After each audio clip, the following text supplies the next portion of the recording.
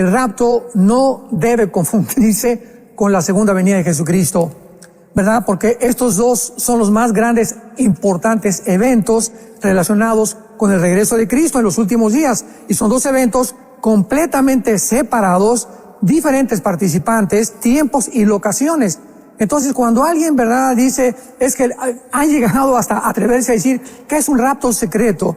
Otra persona que oí por ahí decía en unos comentarios, es que yo desde que soy niño he oído que se predica que Cristo viene, y toda la historia que Cristo viene, y es algo que llegamos al siglo XXI y Cristo no ha venido. O sea, llega el momento en que muchos se decepcionan, en que muchos se cansan porque no tienen el cuadro completo, y este es el problema, darnos por vencidos. Entonces, ¿verdad?, no cabe duda que hay muchos argumentos y oposición a este maravilloso evento que la Biblia llama el arrebatamiento o el rapto de la iglesia. Repito, lo han criticado hasta decir que comenzó con un tal Darby hace 2 siglos o hace 1 siglo y que es un rapto secreto, y hasta se ríen y se burlan de ello. No hay que asustarnos. Veamos nosotros, por ejemplo, lo que encontramos en la segunda carta de Pedro, que ya el apóstol nos lo prevenía y nos lo anunciaba. Dice en segunda de Pedro capítulo 3, versículo 3, sabiendo, tenemos que conocerlo, primero, que en los últimos tiempos vendrán burladores, andando según sus propias concupiscencias y diciendo, ¿dónde está la promesa del advenimiento o de la venida de Cristo?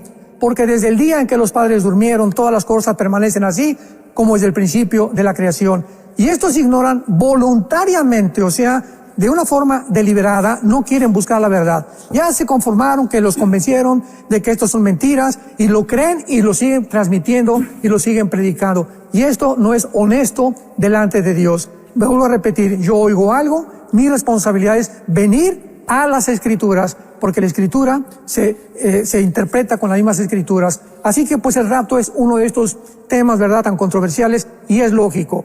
Porque si realmente estamos en los últimos tiempos, al diablo no le conviene de ninguna manera que se dé a conocer que Cristo ya viene pronto por nosotros. Él está tembloroso, está temblando, ¿verdad?, de miedo, de angustia, de saber que su tiempo es corto, porque él sabe que el tiempo se le acerca, y va a tratar de impedir igualmente con Israel de que se le acuse, el antisemitismo que crezca, que las profecías bíblicas ya no se cumplan, que no estudiemos la Biblia ni el Apocalipsis tampoco, porque ya todo se cumplió.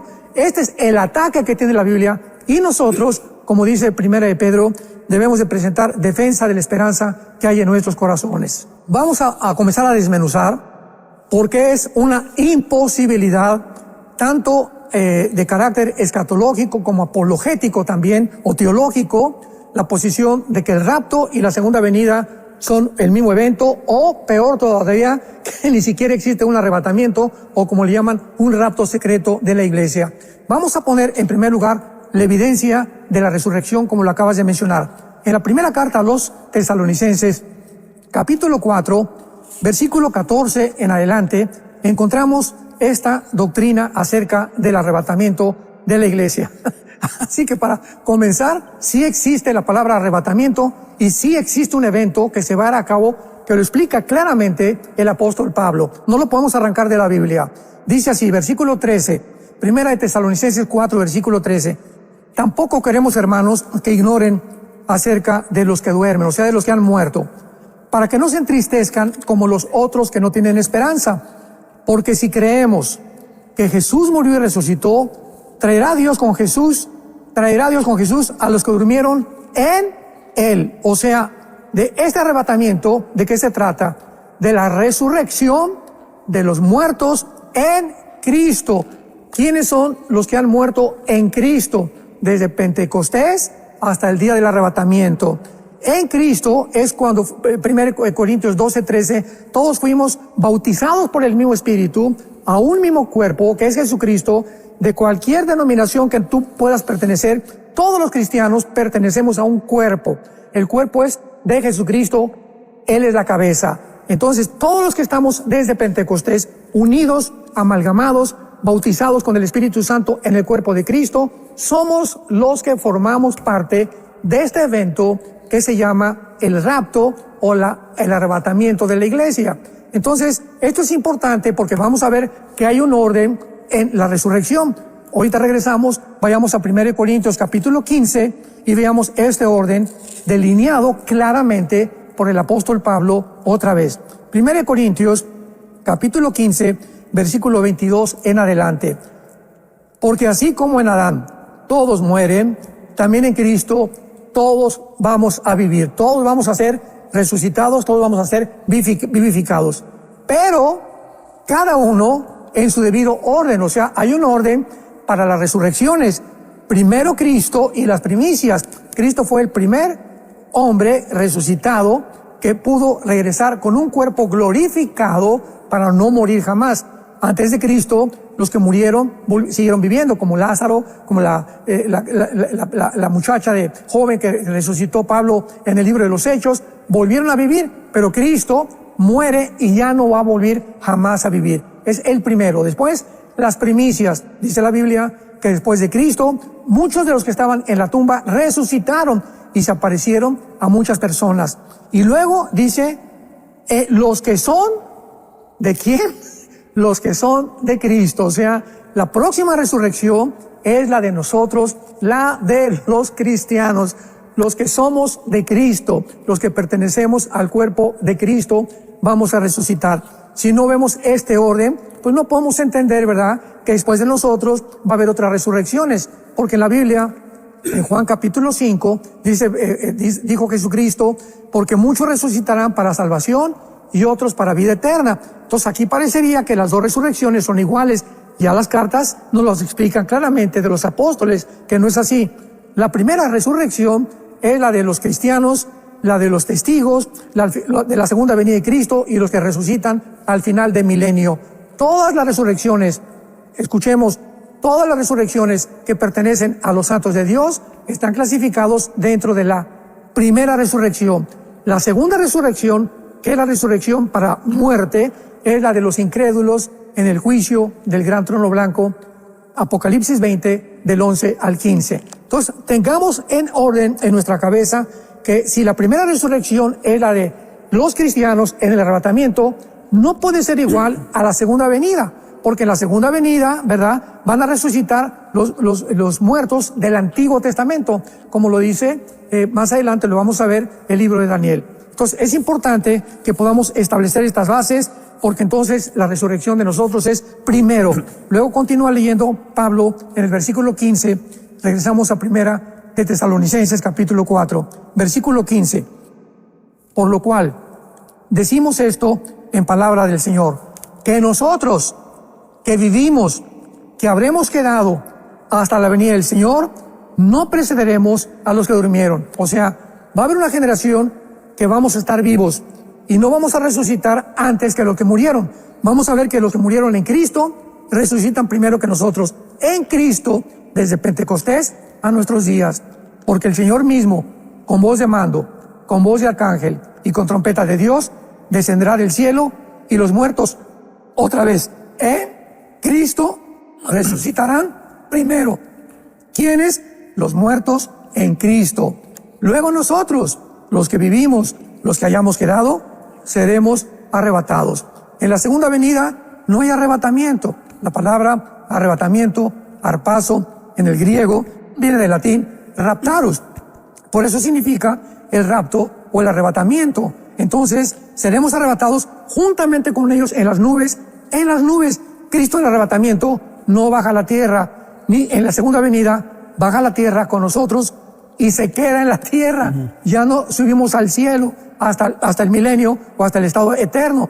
Pero en la segunda venida viene y pone los pies, como lo vamos a ver más adelante, y no en el arrebatamiento. Esto es muy importante para que comencemos a comparar claramente que la primera evidencia del rapto no es la segunda venida, es el orden de la resurrección.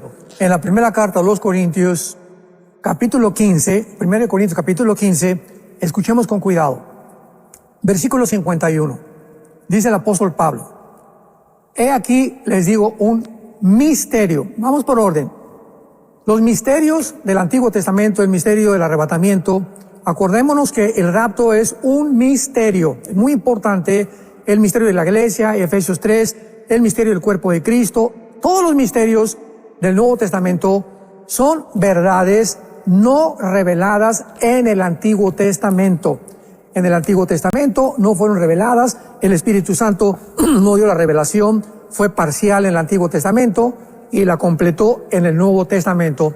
Esto le ha agradado a Dios, revelarnos gradualmente sus verdades. Nunca le dio toda la verdad a Jeremías, ni toda la verdad a Isaías, ni a Daniel, ni tampoco a Pablo, ni tampoco a Pedro. Por ejemplo, en el Nuevo Testamento, a Pablo fue al único apóstol, no a Pedro, no a Santiago, no a Judas, no a ningún, ni a Juan, a ningún otro apóstol.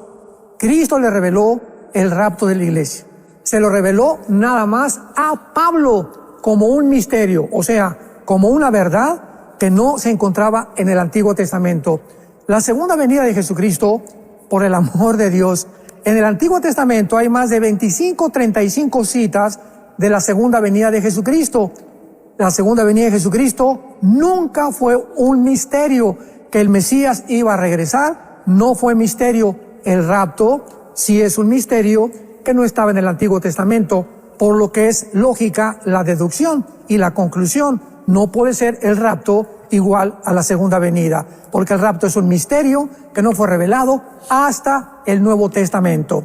¿Cuál es este misterio que nos dice Pablo que nos quiere contar? Que no todos vamos a dormir, pero que todos vamos a ser transformados. ¿Cuál es este misterio que no había sido revelado?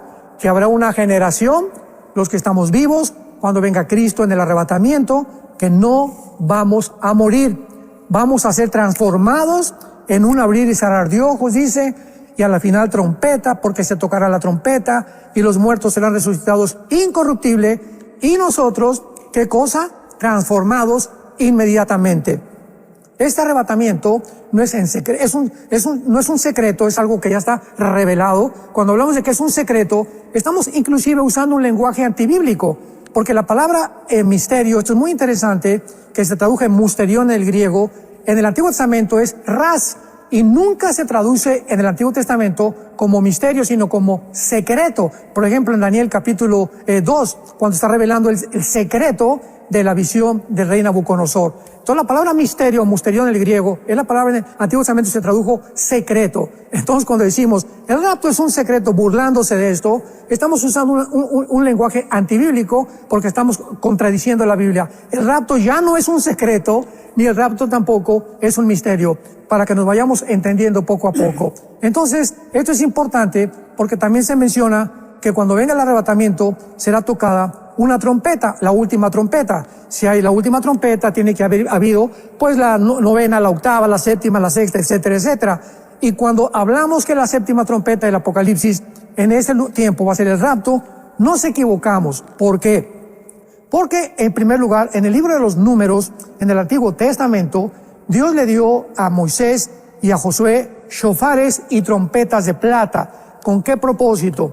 Para que cuando pues estaban en el desierto y se juntaban todos, imaginémonos, haya casi 1,5 millones, casi 2 millones de tiendas por todos lados divididos y los iban a atacar, que no tenían WhatsApp, no tenían computadora, no tenían teléfonos, la única manera que tenían era a través del sonido de las trompetas dar voces de alarma. Entonces de esta manera se tocaba el shofar, cuando duraba muy largo y significaba vénganse, júntense, recojan todos sus zapatos, las chanclas que tengan, porque nos van a atacar, nos vamos ya. Y la otra era para reunirlos alrededor del tabernáculo, la otra trompeta o el shofar, para poder comunicarles instrucciones de Dios a través de Moisés o de Josué. Entonces, cuando hablamos de la última trompeta, estamos hablando de las trompetas del Antiguo Testamento y de la forma como las llamaban.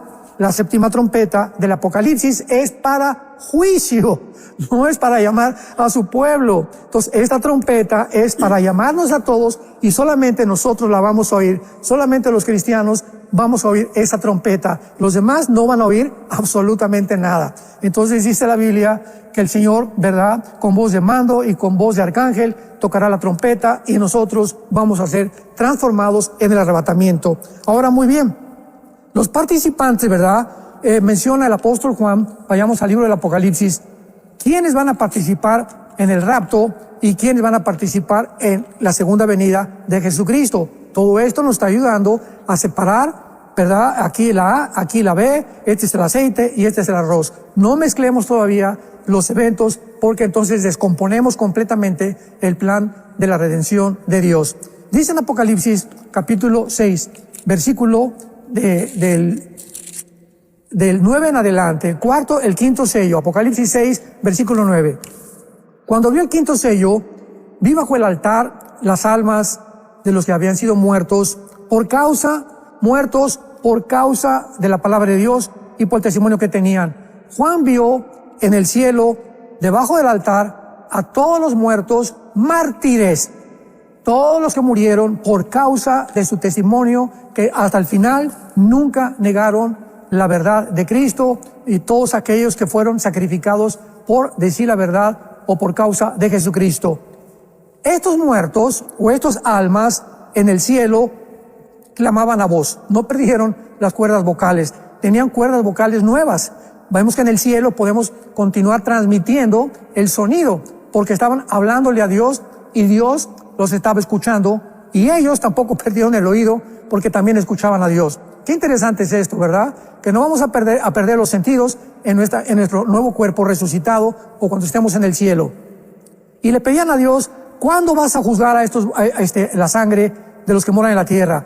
Se les dieron vestiduras blancas y se les dijo, descansen un poco de tiempo. ¿Hasta cuándo?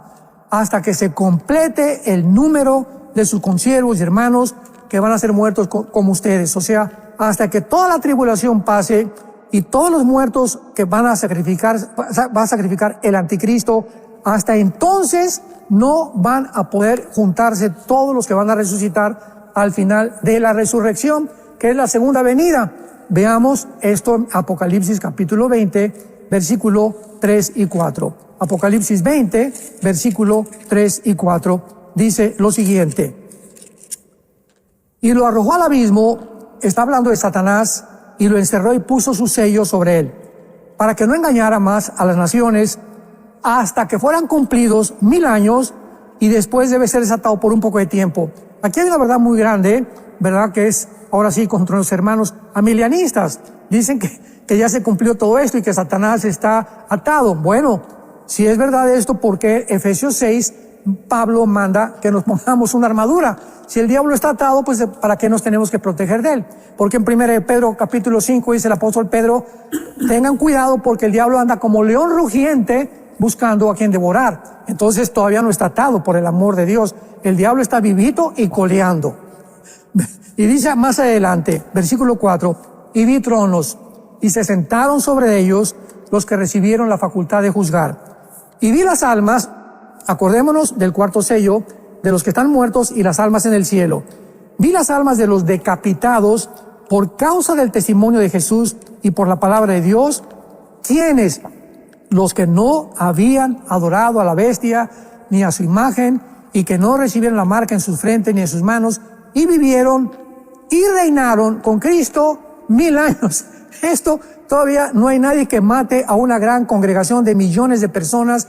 Estos son los muertos por el anticristo. El anticristo es un personaje futuro, el anticristo es un personaje real, literal, que va a ser visible. Hasta ahorita ningún gobernante ha puesto una marca a nadie para que compren o que vendan, y si no van a ser muertos.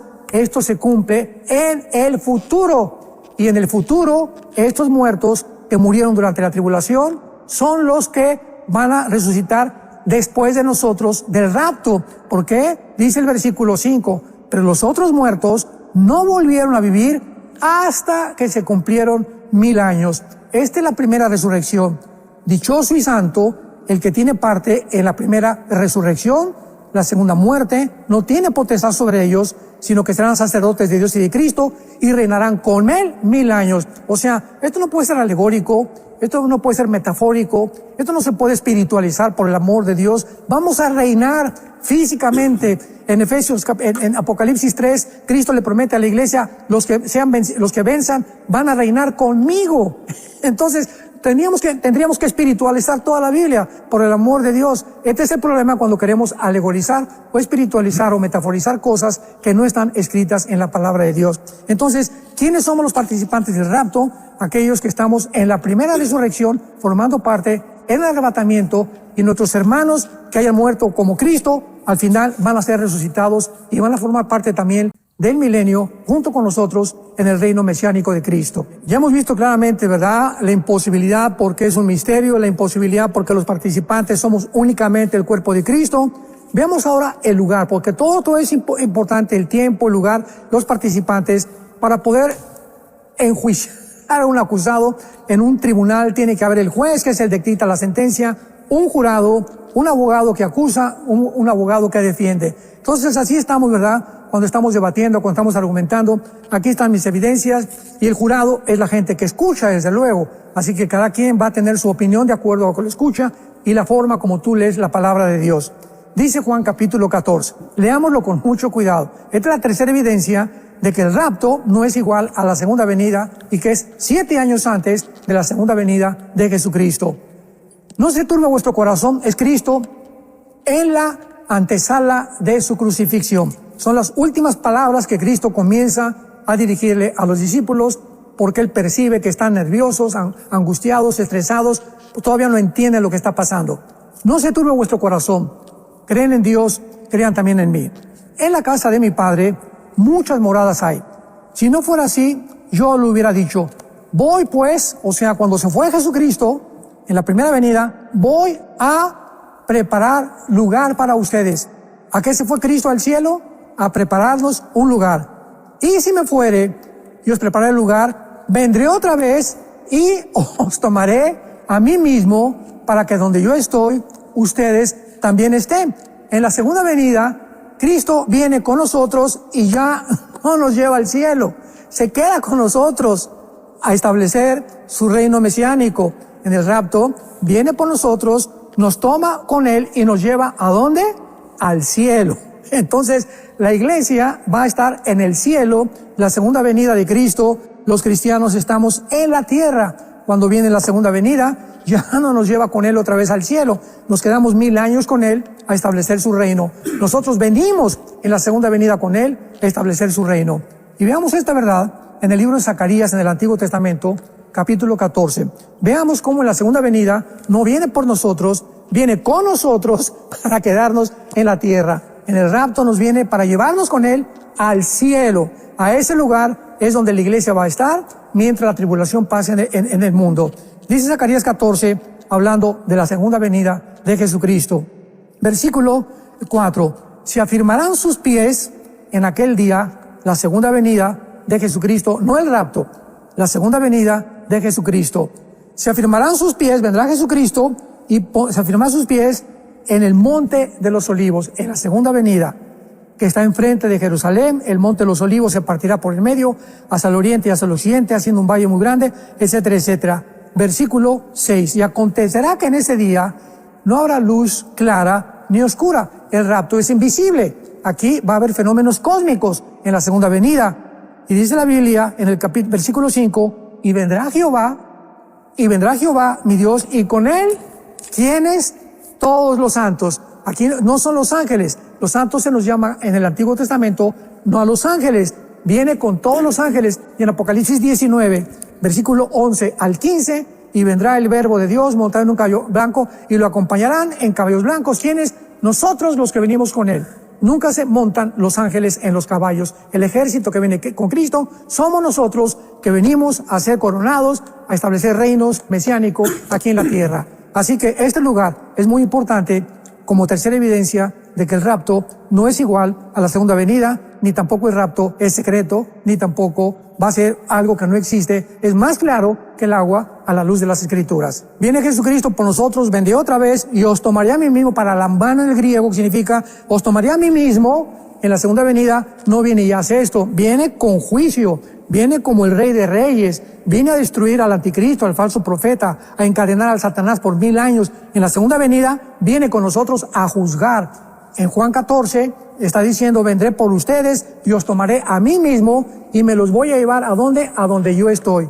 ¿Dónde está Jesús? En el cielo. Así que es muy claro, ¿verdad?, que el lugar de reunión para todos los santos será en el cielo, inmediatamente después del arrebatamiento de la iglesia. Es muy interesante que en Juan 14 La palabra lugar es la palabra griega que significa topos. La palabra, ya viene la palabra topografía. Entonces, cuando dice Cristo, voy a preparar un lugar, y esto significa en el griego una residencia física. O sea, cuando viene Cristo, venimos a reinar 1000 años aquí en la tierra. Cuando viene Cristo en el arrebatamiento, nos lleva a un lugar físico, espiritualmente desde luego, pero para que podamos entender las cosas espirituales, un lugar establecido en la casa de su Padre, donde tiene muchas habitaciones y tiene un lugar para nosotros. En la segunda venida no viene a preparar un lugar para nosotros. En la segunda venida ya venimos a reinar en todo el planeta Tierra, no en el cielo. En la casa de su Padre vamos en el arrebatamiento. En la segunda venida bajamos a establecer un reino y a vivir aquí en el planeta Tierra, visiblemente, terrenalmente, corporalmente, con cuerpos resucitados, juntamente con Jesucristo.